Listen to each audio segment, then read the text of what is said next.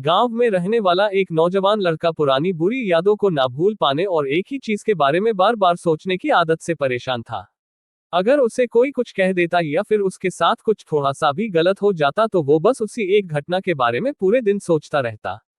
वही बात उसके दिमाग में हर समय घूमती रहती। फिर वो या तो अपने साथ हुई किसी बुरी घटना के लिए अपनी किस्मत और भगवान को कोसता रहता या फिर अपने मन में उस इंसान से बदला लेने के ख्याली पुलाव बनाता रहता हूँ जिसने उसे कुछ कह दिया था या उसके साथ कुछ गलत किया था। अपनी इस ज्यादा सोचने की आदत की वजह से ना तो लोगों के साथ उसके अच्छे रिश्ते थे और ना ही वह किसी काम को अच्छे से कर पाता था। वह हर समय तनाव वह मानसिक अशांति की स्थिति में रहता। उसकी ऐसी हालत को देखकर उसके एक मित्र ने उसे सलाह दी कि यहाँ पास के ही एक बौद्ध मठ में एक जैन मास्टर रहती है।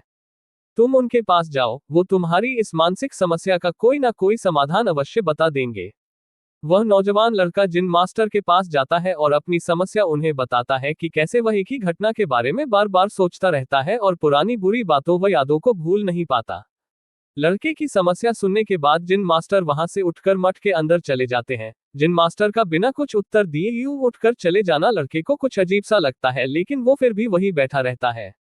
थोड़ी देर बाद वह देखता है कि जिन मास्टर मिट्टी की ग्लास में पानी भरकर उसकी तरफ चले आ रहे हैं। जिन मास्टर लड़के के पास आकर खड़े हो जाते हैं तो लड़का भी उनके सामने खड़ा हो जाता है।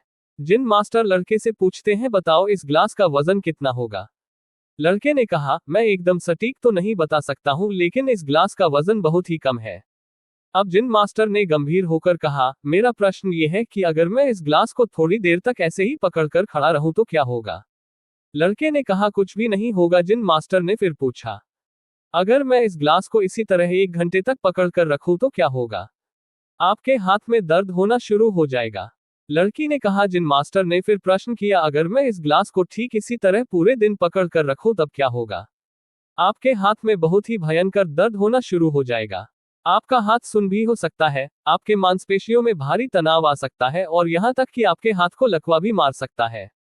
लड़के ने गंभीर शब्दों में कहा। मास्टर ने कहा, बहुत बढ़िया, लेकिन क्या इस दौरान ग्लास का वजन बदला।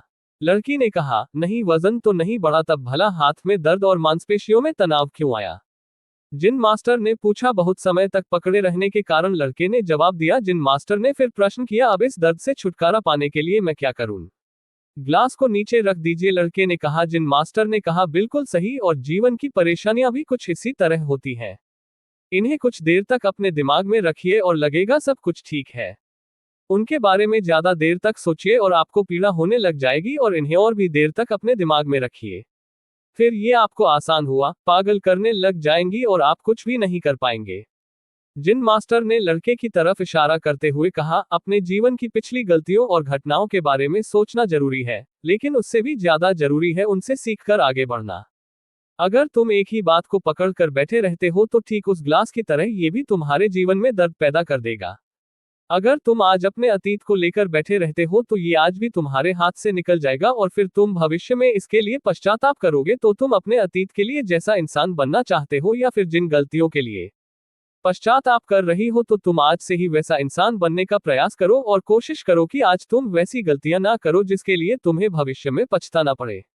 इसलिए चिंता करना बंद करो और अपने आज के कर्मों पर ध्यान दो, क्योंकि चिंता व्यक्ति को उसकी चिता तक ले जाती है। दोस्तों, चिंता करने की आदत को छोड़कर एक खुशहाल जीवन कैसे जिया जाए, इस पर विश्व प्रसिद्ध लेखक डेल कार्नेगी ने एक बहुत ही अच्छी किताब लिखी है जिसका नाम है how to stop worrying and start living, यानी चिंता छोड़ो सुख से जियो। अब तक 10 मिलियन से ज्यादा लोग इस किताब को पढ़ चुके हैं।